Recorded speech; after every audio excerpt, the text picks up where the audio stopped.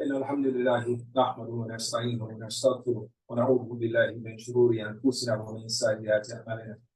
وأشهد أن لا إله إلا الله وحده لا شريك له وأشهد أن محمدا عبده ورسوله صلى الله عليه وسلم وعلى آله وصحبه أجمعين. أما بعد، يا أيها الذين آمنوا اتقوا الله حق تقاته ولا تموتن إلا وأنتم مسلمون. صدق الله العظيم.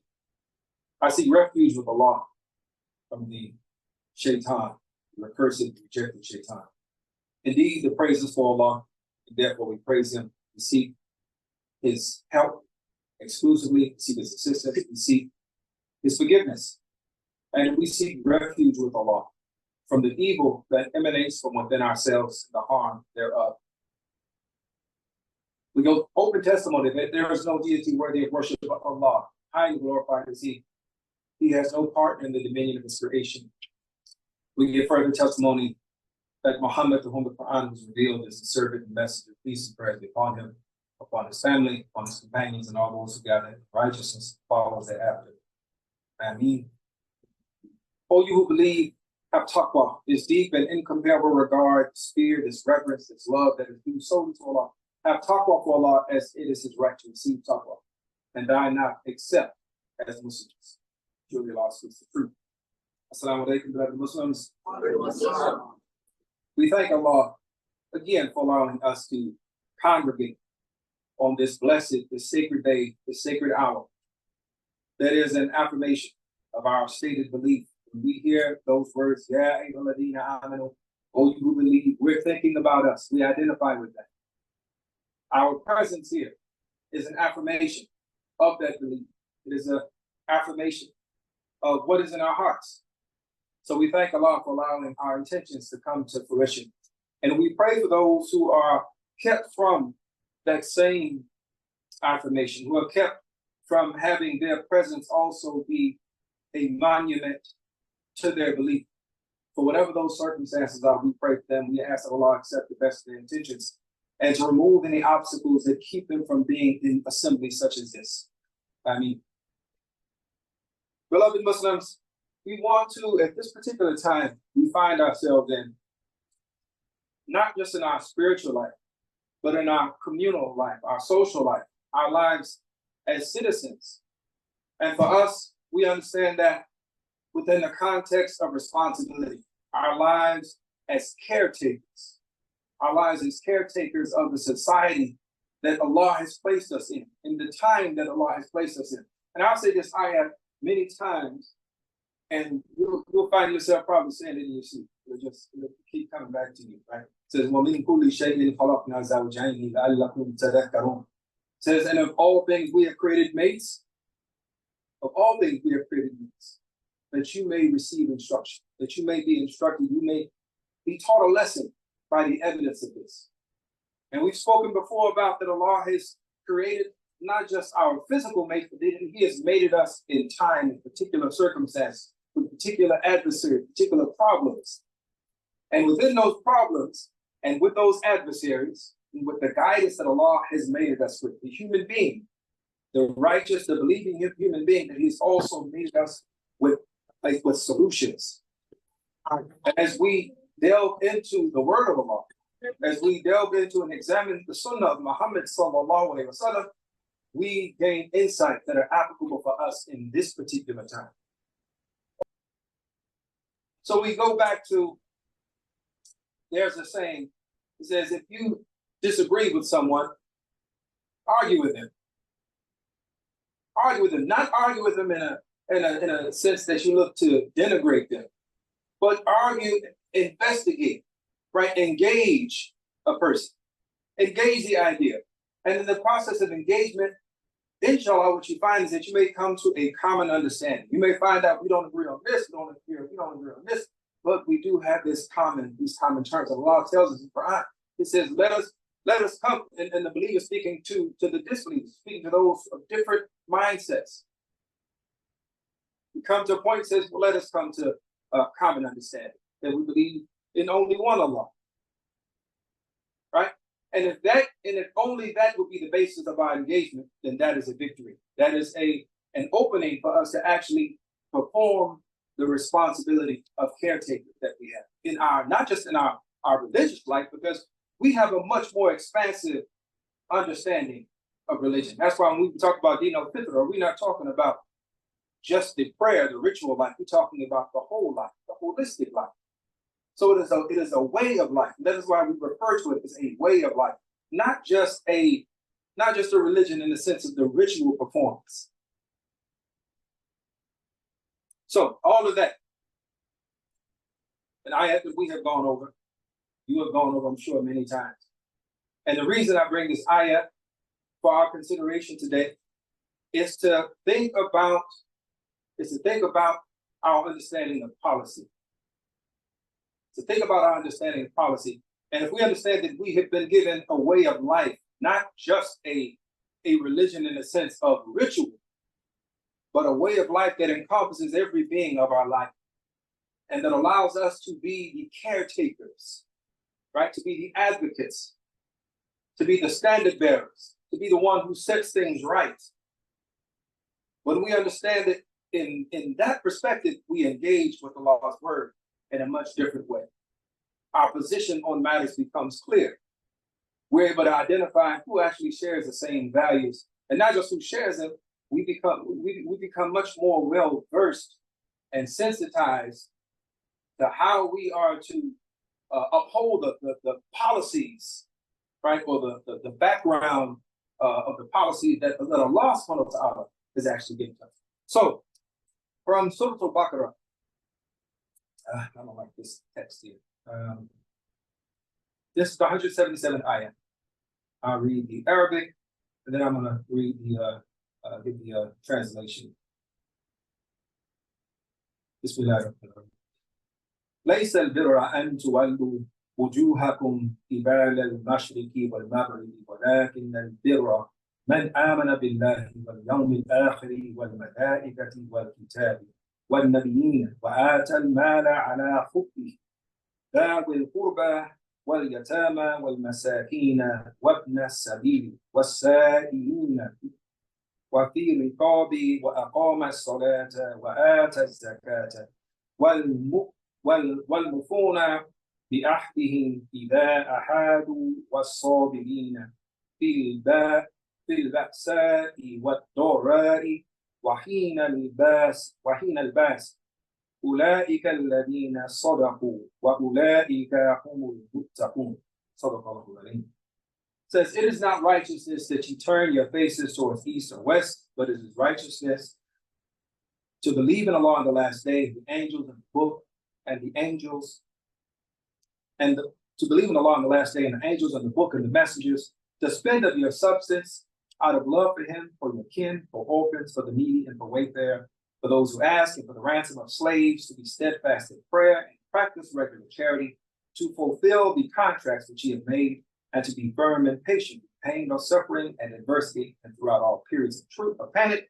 Such are the people of truth, the Allah fearing. Till Allah speaks the truth. So that's a lot. That's a whole lot. But we're going to zero in on one small segment, and that is for the ransom of slaves. For the ransom of slaves. We've heard about the treatment of orphans, for those who ask, those who don't ask, right? We've heard about prayer. We've heard about establishing charity, all of these things in there. But this one piece about the ransoming of slaves to free people. To free people. And the reason we bring this up is because if we are not sensitized to the presence, to the appearance of enslavement, to the various forms in which that it exists and that it manifests itself in our present day society, we will actually miss the opportunity to free people. When we become accustomed to the presence of slavery as normal, as a regular thing, we walk right past it. And we walk past it without understanding that we have a responsibility, right? As people who we are reminded to have taqwa for Allah.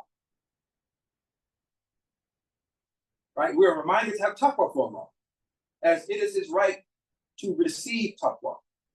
And we are called numerous times throughout the Quran, Ya ayyuhalladina aman, Ya ayyuhalladina aman, O you who believe, O you who believe. We have a responsibility to respond. And our righteousness, it is not predicated upon simply upon our quote unquote religiosity. Right? There's a whole segment of policy in that one item. But what are some of the ways that slavery continues to exist upon us right now?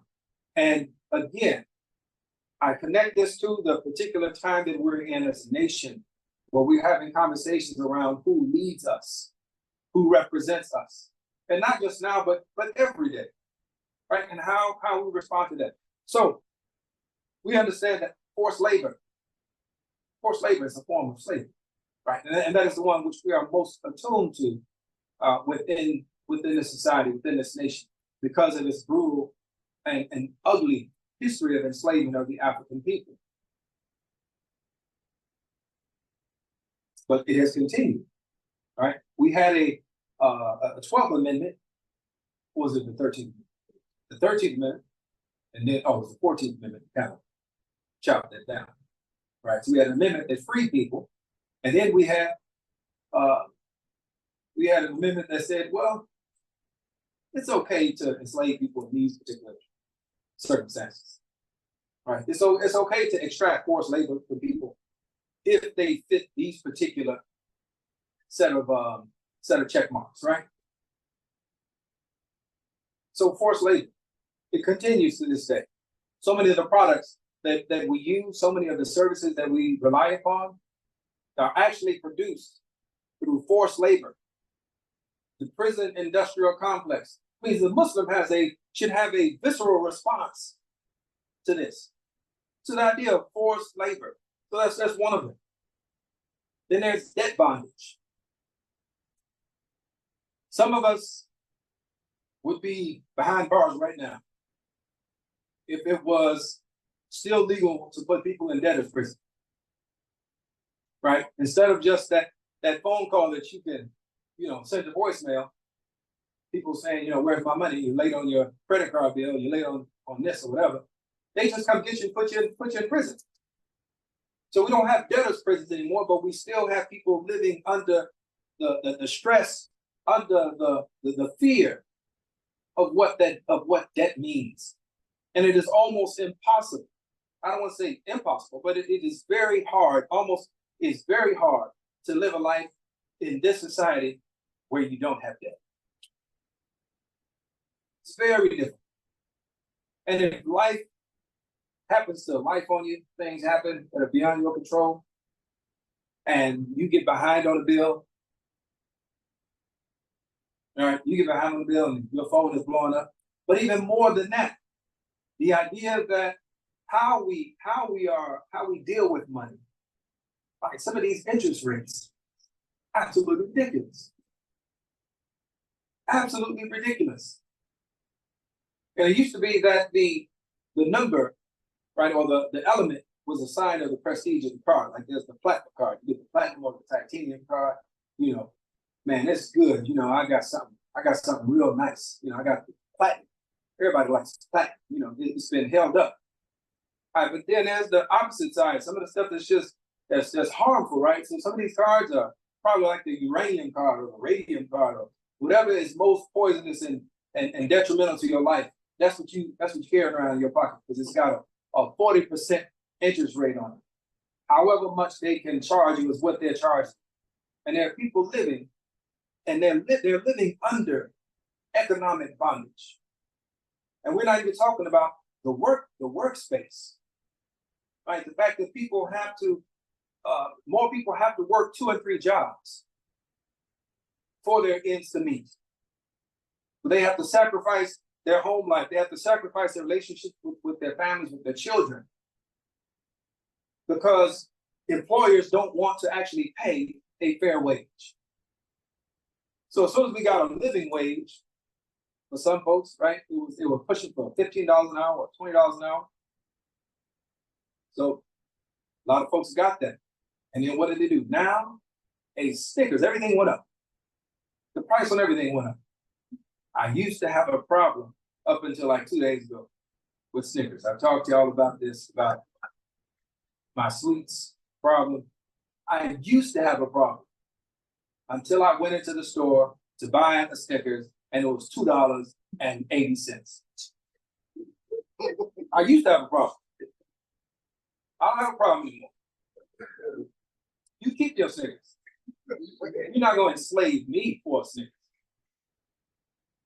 But it's a sign when the cost of the regular things that we need for our lives they are placed out of our reach. So something as simple as a Snickers, it's not a necessary thing. It's a treat. But it's also an indication that if the price of something like that has gone up, then you go and you look at the cost of eggs, you look at the cost of milk, you look at the cost of the regular things that you need for your household, how it becomes much more difficult for you to actually have, for many people to have just a regular life. This is the part of economic slavery. We can go on to child labor, sexual exploitation, and other areas that are also a part of the slavery that continues, that has permeated itself into our society today. We can talk about these things, but I want to roll back. I want to remind us that our call to respond to these things, it is not dependent upon our convenience. It's not dependent upon where you happen to find yourselves in life at this particular moment.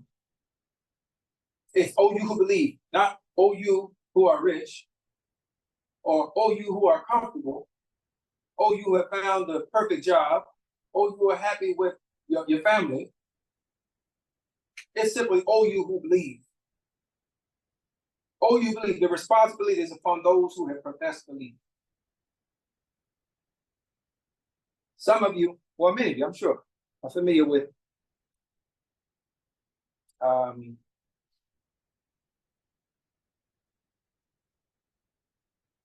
it was Zayd. Zayd ibn Tariq, I believe. For a time, he was known as Zayd ibn Muhammad for a brief time. He was a young boy, like 7, 8 years old. He was stolen during a raid. And he was sold in the market.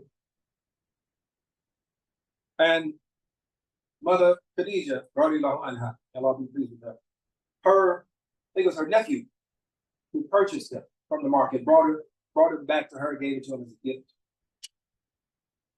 And when she and Rasulullah when they married, she gave him as a gift. And he served around, to the Prophet, right? He's the present woman. One day, his family, I'm giving this to you much truncated version, right? Of course, his family is grieving over him. Matter of fact, his father wrote a beautiful kind of a poem about him, about missing him and not being sure about where he was. And one day, some members of his tribe were making the pilgrimage and they saw Zayd. They saw him. And he sent them a message. He said, look, take this message back to the people. Tell them I'm with the best of people. I'm in the best home. I'm good. Tell them, keep your cameras at home. Don't keep sending people out because I know they're looking for me. But don't worry about me. I'm good. But imagine you get word that your child who's been gone all this time sends you a message. Hey, don't worry about me. No, you're still gonna be worried, right? So his father came.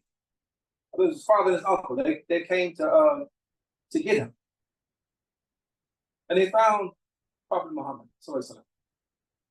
They found him and he asked, he said, look, we want, send him back with us. We'll pay whatever ransom you have, doesn't matter what it is, we'll pay whatever ransom. Give it back to us. And he says, hold on. He says, look, let him make the decision. And if he wants to go, I won't take a ransom. Right? Take him. He told his father, he says, I have seen something in this man that I could not choose anything over. I couldn't choose anything over. And at that point, Prophet Muhammad, peace be upon him, he took him to the Kaaba. This is where you make the public proclamations. And he announced at this point that Zayd is now free. As a matter of fact, referred to, he said, he is my son. He is free. And him being his son means that he now has the inheritance rights, right? He has the same position. He's free. So that's what I say he was known for a time as Zayd ibn Muhammad. So Allah revealed later on, that your adopted sons are not your sons, right?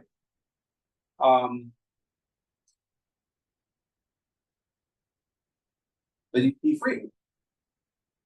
This is before Revelation.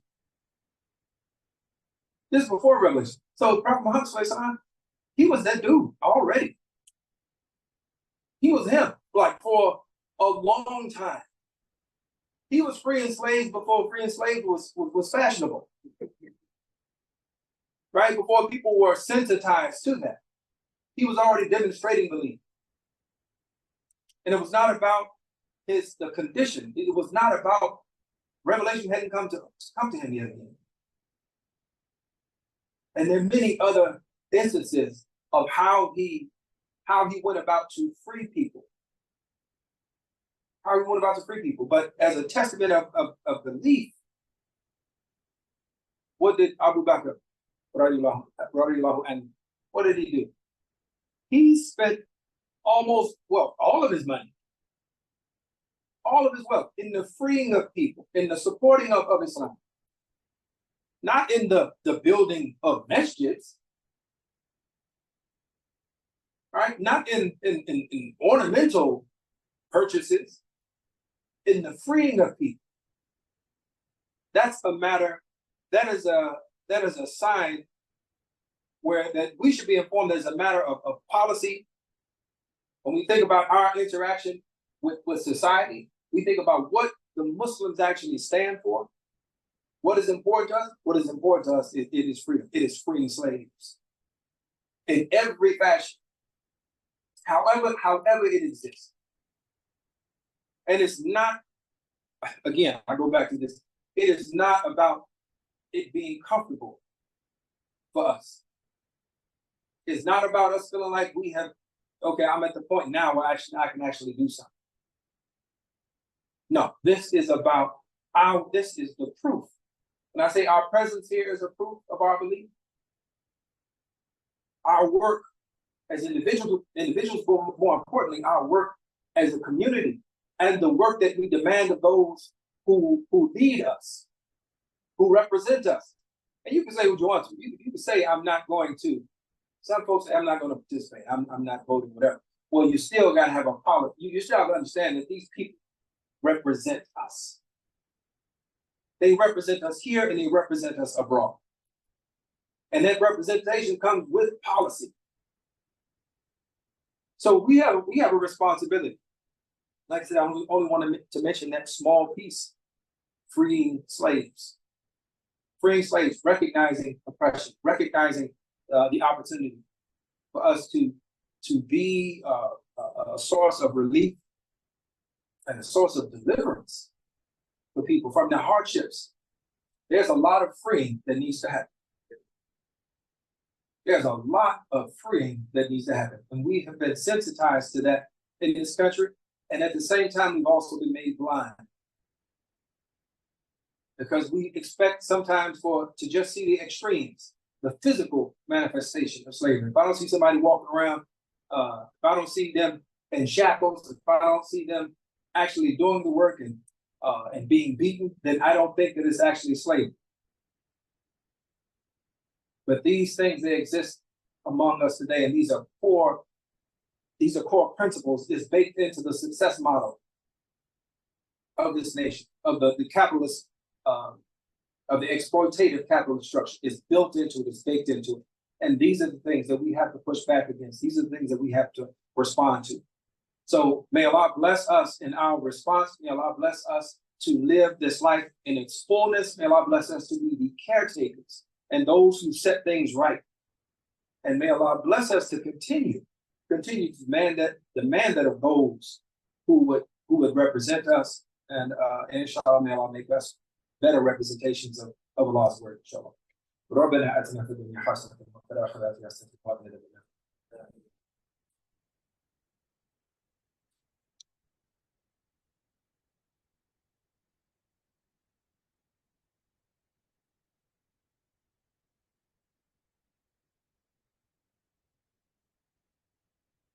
Alhamdulillah, alhamdulillah, alhamdulillah. The praises for Allah, the praises for Allah, and the praises for Allah. I'm going to close out the first mention.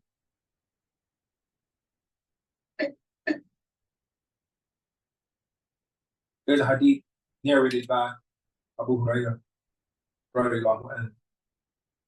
who said that Prophet Muhammad ﷺ said, whoever frees a Muslim slave, Allah will save all the parts of his body from the fire, as he has freed the body parts of the slave. This is in Sahih Bukhari and Sahih Muslim. I'll read it again. Whoever frees a Muslim slave, Allah will save all the parts of his body from the fire, as he has freed the body parts of the slave. So that demands kind of an investigation, an engagement, thinking from a metaphorical sense. The parts of the body, right?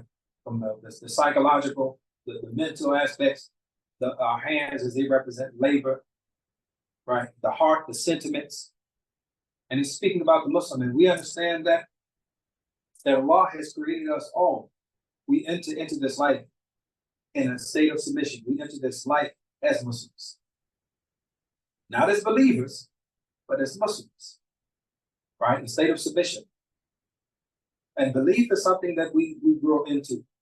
Belief is something that not just we grow into with our mouths, we grow into with our actions. So it is in our words and in our deeds that we are able to establish ourselves as believers. So our freedom, or this idea of manumission, this idea of freeing people, it is almost, in a sense, there's a selfish element to it as well. As we free others, we are also free. So there's no better inspiration or encouragement to do good. Some people, if you want to live your life from a selfish standpoint, I'm going to do as much good as I can because I know it's good for me. Alhamdulillah. Go do that. Go do that. So we have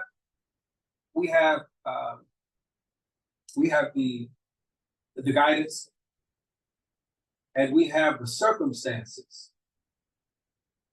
We have the circumstances.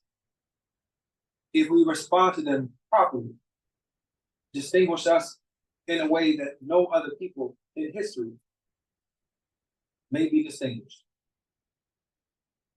Because the slavery that I point to, it has grown. This is not your great grandfather's slavery. This is a much more diabolical and insidious form of enslavement.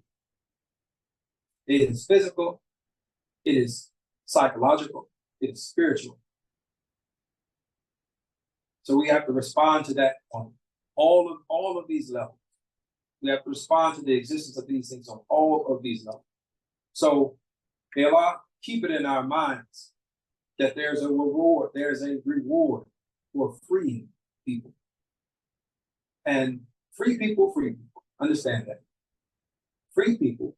You can't free nobody if you're enslaved yourself. Well, you might be able to hold the door. Say run. Right. But the idea is, the best case scenario, you are freed and you understand the value and the beauty and the responsibility of freedom. And you want to pass that on. You want others to join you in freedom. I close with this. Understand that Those who champion freedom are enemies of those who have success, who have wealth from the oppression of people. They will say with their mouths what is not in their heart. They will say that they are also champions of freedom. They will say that they also uphold the freedom of every individual. And at the same time, they amass great wealth and great influence because they keep people in a state of slavery, whether it be economic, psychological, spiritual, or whatever. So we must understand who we are working against, and we can't forget who we are working for. And that work begins when we make it known that we are believers. So whatever our conditions may be, whatever resources we have, may we use them in the pursuit of all that is good. May we use those resources, the intellect, the wealth that we have, and we use all those things for Allah's pleasure, inshallah. ربنا لا تزغ قلوبنا بعد إذ هديتنا وهب لنا من لدنك رحمة إنك أنت الوهاب.